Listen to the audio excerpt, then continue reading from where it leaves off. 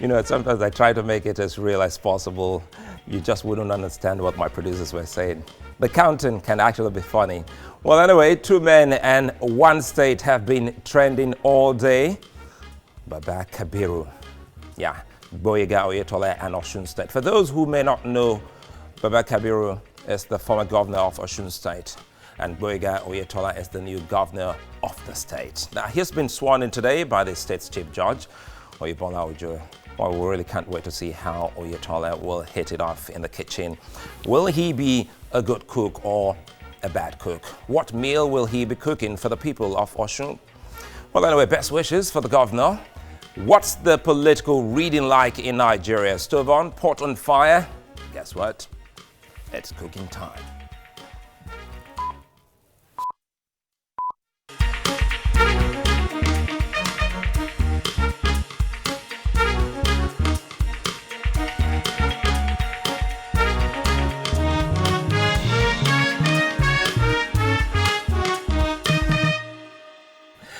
It's Political Stew. I'm Sulaiman Aled. Welcome. Who is a better cook? Now, the men or the women? Now, speaking of food, political food, that is. The women are coming on strong, and Political Stew is leading the way to feature in them. Now, sludge of stew, I call some of what we've been seeing all day and all week. But what are they all cooking? You can get to watch us live online on the go at tvcnews.tv/live streaming. We're also live on YouTube, TVC News Nigeria live, and on youtube.com/political stew. You can also watch us live on Facebook, and remember to download the Political Stew app on Google Play Store, and it's now live on iOS, and follow the show and news and politics. We'll take a moment. When we come back, I have 2 women. If you've been following us on the Instagram and Facebook, you understand. I did say something about these 2, that they have something in common. Maybe when we come back, you see all that.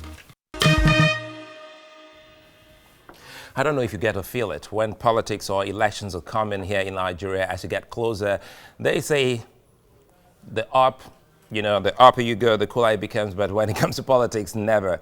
It's getting hotter and hotter. And for those who really can't stand the heat, to get out of the kitchen. But today we're looking at Kogi Central 2019. And Natasha's recipe. Who's Natasha? Hadiza Akpoti. She joins us live on Political Stew. Good to have you join us. Good evening, Suleiman. It's good to be here. Good evening. And good evening, Nigerians. Yeah, you did say you were going to have a good time with us in the kitchen, and it's a good thing you're here. But again, a lot of people know you as an activist, as an entrepreneur. But now, politics. Perhaps we should start with that. Yes, it's good to be here, and I'm really glad you're really focusing on women now. And a bit of a preamble before I talk about myself. Let's take a look at Nigeria. You saw the World Bank report recently, which actually put Nigeria at the 41st space in terms of development and economic potentials. And what went wrong? Also, when you look at the African Development Bank 2017 report on the African economic outlook, it states that the future of Africa lies in entrepreneurship and industrialization. And taking a step back, from my civil advocacy space, I realized that there was so much more to be done in terms of promoting industrialization and entrepreneurship. And if you had followed my advocacy for the revival of the steel sector, focusing on Ajaokuta and Itakpe, of course you heard me a few times then at channels, you will see that little or nothing was really done with all the cries and screams. So I got to realize that the civil space in Nigeria is extremely weak, and for anything that requires a political will, that means one must, often than not, be a politician. And then I thought, you know what, I really am tired of screaming. I don't want to be one of those Nigerians who just talk and give opinions. I really want to see Nigeria improve in my time. So that was why I put my belt on, cooked some stew, and decided to step in active politics and see how I could probably begin to make some legislative reforms in the steel sector. And that's one of the reasons why I stepped into politics. Absolutely. We'll be looking at the ingredients you have for this stew making as we move into 2019. But quite frankly, I think looking at you coming into the fray now, a lot of people will be asking, for young people coming in like you, we should have been, expecting these people to debut in maybe some of these other political parties? Maybe you were once a member of the APC. Of course. What happened? How much stew would you want me to put out there for Nigeria? Spill it on, stain me with the stew. Okay, I joined the ruling party as a passive member, and then I got a bit active, and I had high hopes, but okay, the governor, His Excellency, actually told me to step aside for his anointed candidate. And I thought that was anti-democratic, and I believed in the mandate in which I was going to deliver for my people, in being a true voice, in projecting their cause and the concerns. And I thought stepping down was too weak. So I decided to move out of the party, out of the APC, since I respected his space as the head of... I actually thought you were friends, because I've done my own findings. I thought you were We quite are friends. close. Even till today, we're friends. I make it a point of duty to communicate with him at least once a week. Listen, there is no point playing politics with bitterness. So he just told me he had his preferred candidate and that every other person in APC should step down. Some did, quite a number of them did, and some others went into the primaries, and then they were disappointed to an extent. But then I decided to move into SDP. But on the brighter side, I would like to tell you that I kind of resonate with the SDP, because I believe I'm a social democrat at heart, and my father was also one of the founding members of the Social Democratic Party, which actually brought MK Abiola, exactly. So I learned the ropes of working with the grassroots and ensuring that the true power lies in the people. So I feel very much at home with Social Democratic Party. I think it's just God's doing. Sometimes when one door closes, the other door opens, and then you see the brighter light at the end of the tunnel there. Let's see how bright this light is within the SDP, because I still want to understand the SDP. You know, going through online all day before now, we were, engaging people on the social media, Instagram, Facebook, and a lot of people were so excited seeing you come on that you were coming on the program, and some were asking questions that, hey, you're a woman, how can you do this? You know, gender issues when they come into politics, how does that affect you? Does it sit pretty well? I'd like to say first that Nigeria has one of the lowest, as a matter of fact, is the least represented when it comes to female participation in politics. That's West Africa. I think we have, it's just about 6%, 469 legislators, and only 30 of them actually women. That puts us at 6%. Ghana is 12.7, and then we have other countries that are way ahead. Senegal is leading at 41.6%. So that tells you that there's a whole lot of masculinity being played out in the political space for a woman to become recognized with her capacity to perform authoritatively. She has to act about 100 times much more than a man. So it's quite difficult, I could say, and that's why I've realized why many women don't come up. It's very expensive. And many husbands would not want their wives to attend late night meetings or to, and participate in the dirty terrain, which we could talk about.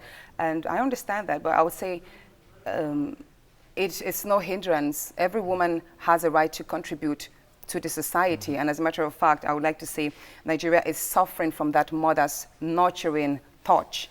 We have a lot of masculine-driven testosterone going out there, and that's why we are actually not having enough women in the political space. Is cheating the nation half of its potentials. I mean, women make up 49.5% of the population, and that puts us at about 90 million if we are to look at 180 million being Nigeria's population. And with 30 women in the National Assembly, that means we have one woman catering for 6 million people, and that's just too much. It's too much, and you could see that there's a huge imbalance, and my stepping into politics here is quite challenging as a woman, but I'm getting by. What kind of difference do you think your coming in can make, when you get to Parliament? Because I'm still trying to look at Parliament and see how it operates in Nigeria.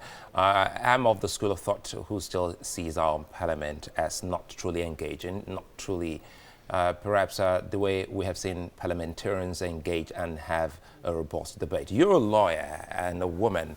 Do you think that the women there already have actually done well for us? Yeah, we have, our women legislators have done quite well. We have Nena KJ and a few others, Mrs. Remi Tinubu. But I'd say my stepping in, I'm not going to deviate a whole lot from what I have been known for, which is stirring up the steel sector.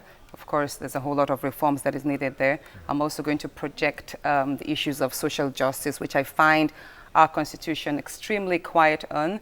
We see issues of good health care, education is not really a right as against what it ought to be. So, of course, I'm going to promote issues of gender equality, equity, should I say? Sorry, I was not going to talk about equality. Gender equity, no, I'm going to promote all of this. So I'd say, by and large, having more women in politics, myself being in there, I'm going to focus on things that actually make the society work in a more responsive and inclusive manner. And yeah, when you asked why we have not had enough of impact from the legislators, I think because many people go into politics without even knowing what they're going to do. Like if you, I think I brought my manifesto is cooking in the oven, actually made a beautiful manifesto. And I realized that when I put it up there, the response I got from people, they were like, oh my God, here's a senator putting out her manifesto in a very nice manner, because I wrote every word myself. Then I realized also— You put everything down yourself. Every word in my manifesto was written by me, and it wasn't so difficult because in the course of my advocacy, I have notepads by my bedside, which I actually penned down all the problems I noticed with the steel sector or with marginalized communities. So all I had to do was like put everything down, because of course I benchmark, I quite read a lot, and I looked at what happens and how countries like Rwanda move on, Tanzania, Ghana, and then I was okay, you know what, this is where Nigeria is lacking. So it wasn't so difficult for me putting that, because I knew what. And that's what I find missing in some politicians. They don't even know what they're going in for. All they look for is some godfathers to sponsor them. And I think a whole lot of it lies with the electorates. The electorates need to profile the candidates. They need to have some debates, ask questions, get involved more up close and personally, and identify people who are going to represent you. Because when I get into the Senate, I'm going to be the voice for about 1 million people from my central senatorial district, and that's a big thing. So it's very important. You just said when you get in there. Well, I'm going to get in there, yes, of course. I've cooked my stew real well, and I've got a whole lot of backing from the people. It's quite interesting. I think one thing I find is a lot of people who are not even active, like I have a lot of the educated, like the elites, the professors in Ibira land, they've come up to me, Natasha, you know what, you just remind me of my daughter. I feel I have to step out of my comfort zone to support you, because you were just so different from the normal politicians we have. And that's what, I mean, that's encouraging. That means my emergence is giving hope to others like myself, that if Natasha can step in as a woman and do this, then I can actually come in. I mean, politics doesn't have to be dirty. Even if it's dirty, it takes someone to clean it up, and that's what women do. We mop up the dirt in the home and the society. No. Tell us again. You know, you talked about Ibira land. How does it feel if I say, Natasha, you are no evil? I get that a lot. As a matter of fact, when I was growing up, I was always called, Oyibo, you know. But then I used to feel bad being called Oyibo. I think I wrote a little bit of it on my website, because I felt that was a bit racist. It was kind of identifying me, like it was kind of letting me know that I'm different, because I always played with my peers thinking we were the same until they tell me, oh, she's Oyibo. And I would just cringe a little bit. But I've come to accept it. I'm just like everyone else. And my people love me, they appreciate me, because my father was a huge humanitarian and he lived his life for the people. Were you a senior prefect at Idoani? I was the head girl at Federal Government College. Idoani. Yeah, I placed a call there and I was told that you were a good senior prefect. Yes, so, and I made one of the best results actually. I'm very brainy up here. My stew is being cooked everywhere in my body and out. I can smell it. Yes. So now let's take this now. Let's drive home, you know, the point. Okay. And the point is, you're bringing home some change, and you say this must be done in Kogi Central. Yeah. And checking the list of all the candidates, these are not minions in other parties. How are you likely to unseat those people? I'm not telling you to tell me your PIN code. I can tell you. Well, let's go ahead. I focus on issues that are very important to my people. Kogi Central is at the heart of Nigeria. Like Kogi State is in the center of Nigeria, and Kogi Central is the central nucleus of Nigeria. And in that little space where the people are really poor today, we're very assertive, very entrepreneurial, but then the most important thing we have, the assets we have, which actually is supposed to form the bedrock for industrialization, which is Ajaokuta Steel Company, is lying dead. It's okay? Yeah. So the steel sector is lying, like it's moribund, and we have just heard it being revived only on the pages of the paper. And so that project is very dear to... In effect, you're saying the steel industry is still not... It's not. I'm not going to mince my words. It's not. There's a whole lot of reform there. We're going to get into that, or we can talk about it next time. There's a whole lot of work, but it's possible. It's all possible. It just requires the right people who are committed against the odds to think Nigeria first. So that project is extremely important and special. We know it's a national asset, but of course, it's home. Every project has a base. And for all its worth, it would say that the Kogi Central are actually the landlords of that project, which holds forth the industrialization of Nigeria and Africa in the larger perspective when you look at it.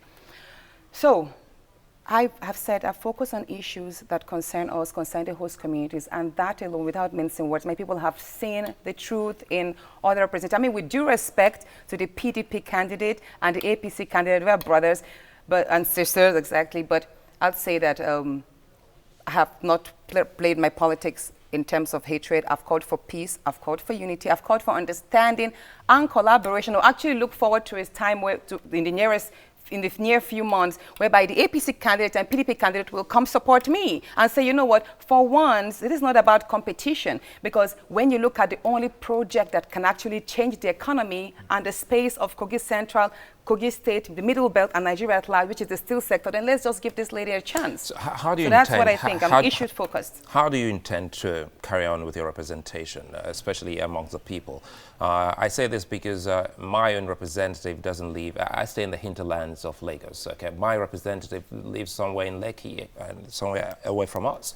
So, and that's almost the same thing with a lot of people who represent people in Nigeria. They're cut off. They look for the finest of places to live, and they just come back to put their posters somewhere and campaign.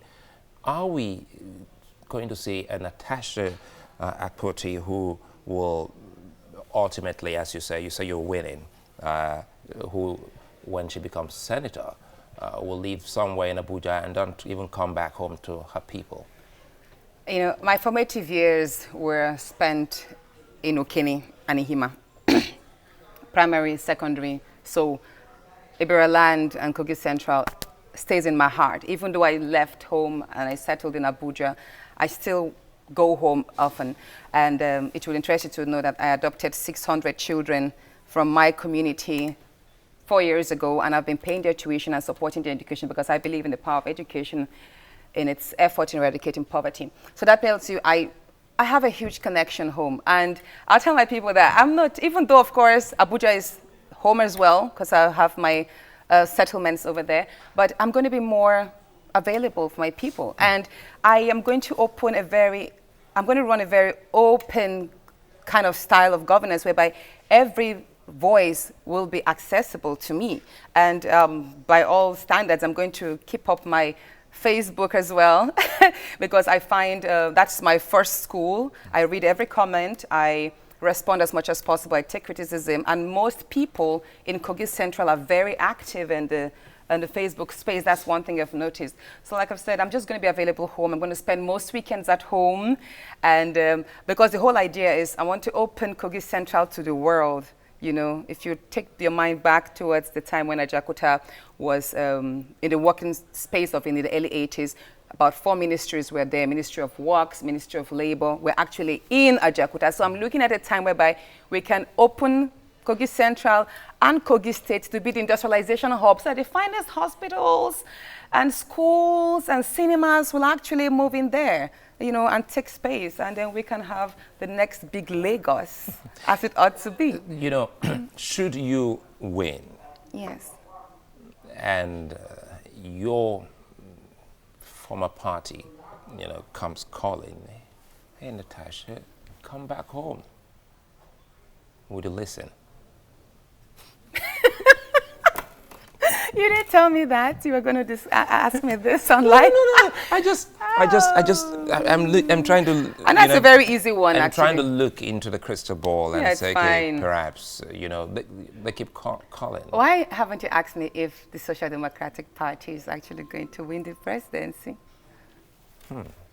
What do you think? Don't you like President Donald Duke and the way it sounds? You like the way it sounds? I like the way it sounds. I like the way he looks. I like the way he thinks. But let's say this. If perchance the APC, of course, I adore President Buhari as well. I adore him. I adore the fact that he's very principled and he's full of integrity. And it's just unfortunate to an extent where I think that his economic team or people around him do not share his vision. And that's why they're holding him back. I really understand that. So perchance he wins and I am wanted in that space, then I'd rather tell them to speak to my party and see maybe they could have a collaboration, because I think politics, every politician and every political party exists for the betterment and advancement of the country. So I don't see a reason for hate and competition. It should be collaboration for the progress of the country. So if APC wants me in their space, then all well, they should speak to my party, Social Democratic Party, and find a collaboration. Do you think your party stands a chance in other states, or you think the 2019 election is going to be about political parties or about individuals? 2019 is going to be less of a party and more of the individuals. That's what I've seen. I think, and I hope that from 2023, there's going to be a chance for independent candidacy. That's what I'm looking for. I mean, yeah, so I think people should look less at the party, because it's not a party that builds a country, it's the people. And it can just take one individual with one great idea, selling and spreading that. And then let's close on this. The vibe, I have about two or more questions here now. The vibe you get when you go out speaking with the people, what do you really get? Sometimes in politics, by now you should know, people come and they tell you, don't worry, we're for you, we're by you. And on election day, because I've had discussions with people on this job, and when they go to the polls and the votes are counted, I just realize that they have about 4 or 5 votes. And I say, perhaps maybe the man, his spouse, and maybe 2 or 3 children actually voted for him. So doesn't that worry you that your people just might be urging you on, and at the end of the day, you just wouldn't see them? No, I'm actually very positive, and I believe in my people. I believe that they have a certain degree of awareness and the powers that they have in their thumb to determine the future they deserve. So, and if I would tell you this, that my stepping into politics was actually a calling from the people, because they have realized that, if this lady can achieve this much and advocate this strong from the civil space, imagine if we give her a little authority, what is she going to do for us? So they have seen that, and I tell you, people of the Kogi, have you heard of the typical Ibera person before? Do you speak Ibera language? Of course, ma Kibira Pataki. I tell you, we are Republican in nature. A typical Ibera person, once they make up their mind to something, they stand through that, through thick and thin, without fear. And I'm going to trust in that spirit in them, that even though we are minorities among the minority tribes or ethnic groups, that we know what we want, and we are going to start building a new Nigeria from that little space, Kogi Central. I tell you, Nigeria should watch out for something great and amazing from Ibera land.